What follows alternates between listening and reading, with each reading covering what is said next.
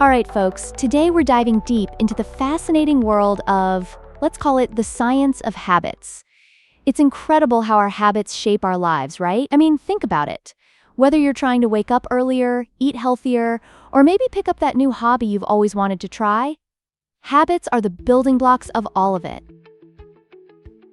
Oh wow, yeah, that's so intriguing. I've always heard that changing habits is really tough though. Like, why is that?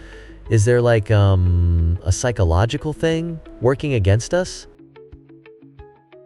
Absolutely. There's a ton of psychology involved, and it all starts in the brain. So let's use an analogy first. Imagine your brain as a well-worn path through a forest. Every time you think or do something, you're walking that path, making it deeper, easier to navigate. But when you try to change a habit, it's like trying to forge a new path through dense bushes. It requires conscious effort to break through the old way. Whoa, that's wild. So like, if I wanted to start running every morning, I'd be, pushing through the brambles of my couch potato instincts or something? Haha, exactly. But the good news is, once you push through those initial brambles enough times, that new path becomes easier to walk. You get to this amazing place where running in the morning is just another groove in the forest of your mind, and it becomes less painful to choose. That sounds so great.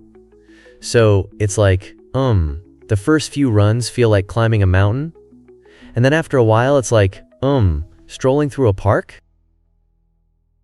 Right. And it can be super motivational to see improvement.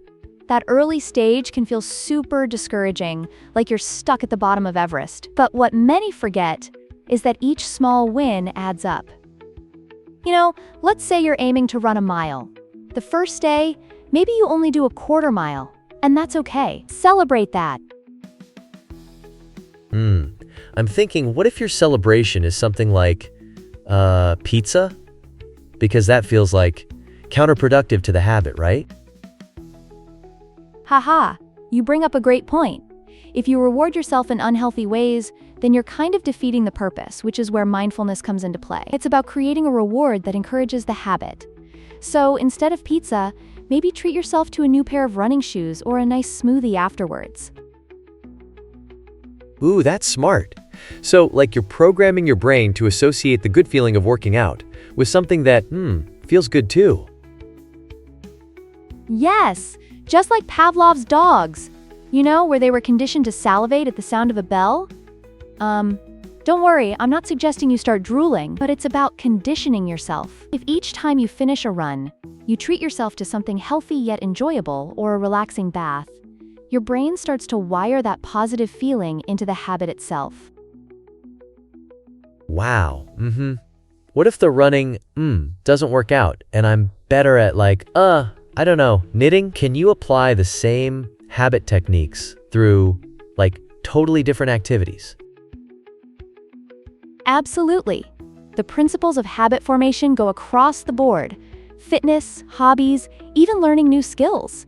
It's all the same. Let's say you're picking up knitting. Start by dedicating a few minutes daily to it. Make those first few sessions light and enjoyable so you feel the high of completing a few rows. That way, it feels rewarding, and your brain will start to crave that time. Oh, that's a cool way to look at it. So, building habits is like turning something new into a necessary part of your day, right? Like how my morning coffee feels like that cozy hug of motivation. Exactly. That morning coffee is a ritual for many. It's familiar, comforting, and spurs them into action. You're cueing your brain that it's time to wake up and engage with the day. And that's how we can stack new habits onto existing ones. Stack new habits? So what, like put knitting on top of drinking coffee? Like I sip coffee while knitting? Yes, that's a great visual.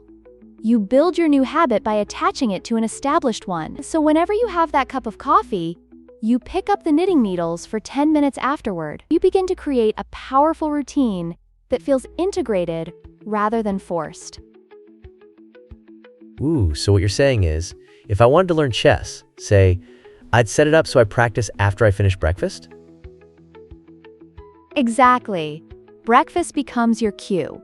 So the key is awareness, understanding the cues in your day that spark certain actions. And then after, a little time, you'll start to feel like your mind is programmed for it. Wow, that sounds so doable. But, what if I, totally forget to do it one day? Is that totally canceling my progress? Not at all. Life happens. It's about the long game here. Think of it like this. Even the greatest athletes miss workouts. The difference is they jump back in without beating themselves up. It's crucial to practice self-compassion and recognize that missing one day or even a week doesn't erase your strides. Okay, that's some solid advice. So if I take a break from my habit for a few days, I just don't let it spiral into weeks? Bingo! You're right on target. It comes back to awareness and commitment to re-engage. Remember, it's all okay if you veer off course. Just get back to it and keep reconfiguring your path. I love that. It's even if you stray from a road trip, you can always find your way back to the highway, right? Perfect analogy. The journey of habit formation isn't linear. It's a path with detours. Embrace the messiness, learn from it, and keep going. Wow, I can't wait to start applying all this. This is actually a really exciting approach to personal growth. Absolutely. It's all about understanding yourself and trying new things. So, embrace the habit-building journey, and remember, it's dynamic, fluid, and always evolving. Thanks for breaking this down. I feel like I'm ready to tackle knitting, running, and chess all at once. Haha, maybe let's not jump in all at once.